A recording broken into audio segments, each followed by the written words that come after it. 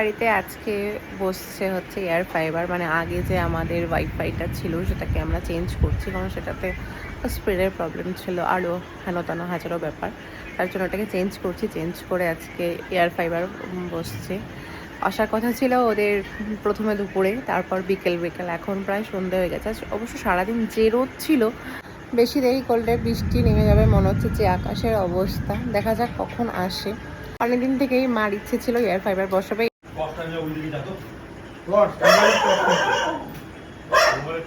গরমে আমার অবস্থা পুরো খারাপ, মনে হচ্ছে আমিই কাজ করছি।